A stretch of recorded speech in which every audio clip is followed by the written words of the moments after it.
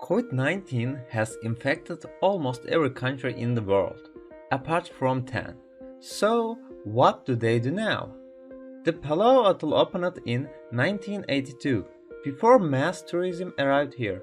But since then, this tiny nation, surrounded by the sky blue Pacific Ocean, has enjoyed something of a boom. In 2019, 90,000 tourists come to Palau, 5 times the total population. In 2017, IMF figures showed tourism made up 40% of the country's GDP, but that was pre-COVID. Palau's borders have been in effect closed since late March. It is one of the only 10 countries in the world with no confirmed cases, counting only countries that are full UN members and excluding North Korea and Turkmenistan. Yet, without infecting a single person, the virus has ravaged the country. The Palau Atoll has been closed since March, and it wasn't alone. The restaurants are empty, the souvenir shops are shut, and the only hotel guests are returning residents in quarantine. These countries with no recorded COVID-19 cases in 2020: Palau, Micronesia, Marshall Islands, Nauru, Kiribati, Solomon Islands, Tuvalu, Samoa, Vanuatu, and Tonga. The ocean here is much prettier than any other place in the world, says Brian Lee, manager and co-owner of the Palau Atoll. It is the sky blue ocean that kept Brian busy. Before COVID, his 54 rooms had an occupancy rate of 70%, 80%. But when the borders closed, there was nothing to fall back on. It's a small country, so local people won't stay in Palau, says Brian. He has around 20 staff and has kept them all on, albeit with reduced hours. I try to find jobs for them, maintenance, renovation, and so on, he says. But empty hotels cannot be maintained and renovated forever. I can stay for another half a year, says Brian. Then I may have to close. Brian doesn't blame the government, which has offered financial support to residents and has, after all, kept the virus out. I think they did a good job, he says. And yet, if Palau's first hotel is to survive, something has to change soon. The president recently announced that essential air travel could resume by 1 September. Meanwhile, an air corridor with Taiwan, which would allow tourists to visit, has been rumored. For Brian, it can't come soon enough. I think they have to start reopening again. Maybe have travel bubbles with New Zealand and countries like that, he says. Otherwise, no one can survive here. Some 2,500 miles east across the West Pacific Ocean, the Marshall Islands also remain COVID-free. But, like Palau, no infection doesn't mean no impact. The hotel Robert Reimers sits on a ribbon of land on the main atoll Major, with a lagoon on one side and ocean on the other. Before COVID, the 37 rooms had an occupancy rate of 75%, 88%, with guests mainly from Asia, the Pacific, or the mainland. It means the United States. Since the borders closed in early March, that rate has been 3%, 5%. We have had a few coming from the outer islands, says Sophia Fowler, who works for the hotel group, but not a lot. Nationally, the country is expected to lose more than 700 jobs in the COVID downturn, the biggest fall since 1997. Of those, 258 will be in the hotel and restaurant sector.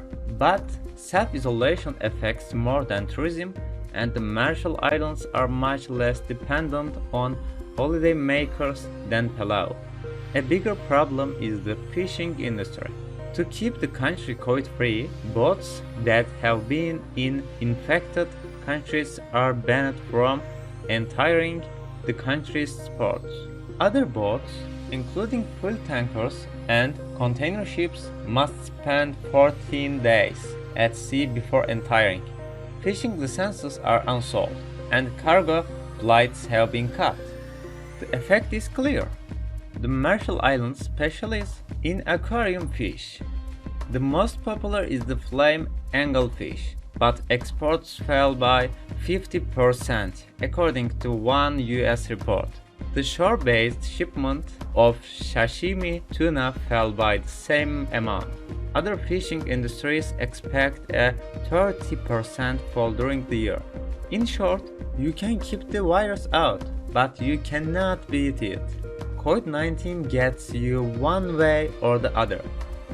Sophia hopes things return to normal for the country and auto robot Reimers next year. But if they don't, then it's just not feasible for us, she says. But while closing borders has made COVID-free countries poorer, not everyone wants them reopened. Dr. Lynn Terwanda is the Director of Public Health in Vanuatu, population 300,000. Though he works in the capital, Port Vila, he is from Ambia, an island of 10,000 people around 170 miles north. If you talk to them in Ambia, the majority say, keep the border closed for as long as possible, he says. They say, we don't want the sickness. Otherwise, we are doomed, basically. Some 8% of people in Vanuatu live outside towns and the formal economy, Dr. Terwanda says. And my observation is they don't necessarily feel the pinch yet. They are subsistence farmers. They grow their own food. They depend on the local, traditional economy. Nonetheless, the country will suffer.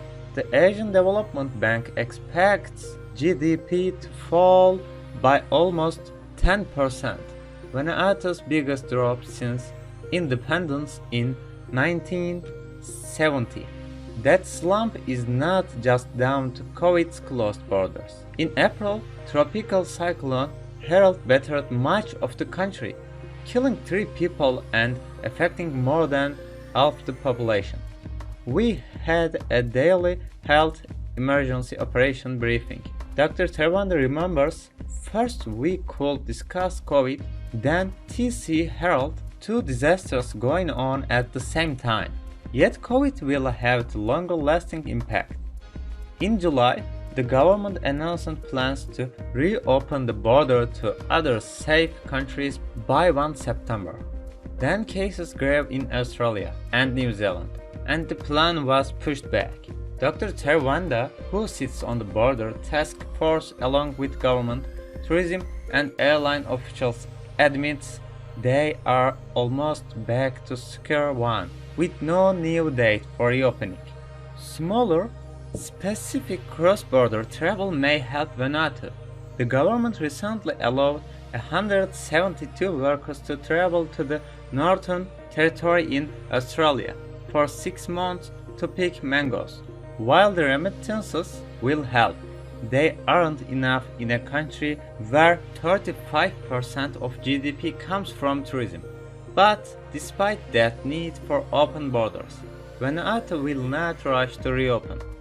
Dr. Terwanda looks at Papua New Guinea, which was almost COVID-free until a sharp increase in late July, with concern. If the virus comes, it will probably be like wildfire. And what we are seeing in Papua New Guinea is a reflection of why we are worried, he says. Given our healthcare limitations, the context we have in the Pacific, the best bet is to keep the virus out for as long as possible.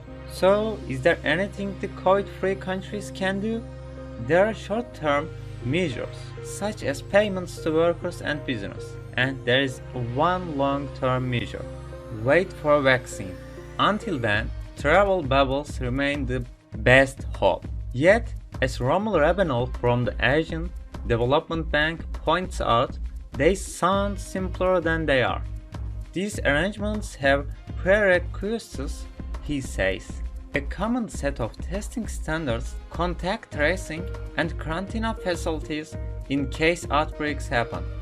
They are under discussion, but there has been slow progress, or perhaps cautious progress. And as seen with Vanuatu's September plan, the bubbles can burst quite easily too.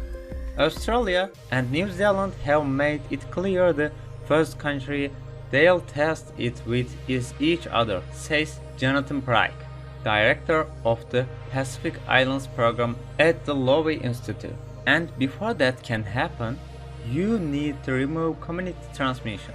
So I think the prospects of a travel bubble are off the cards for this year.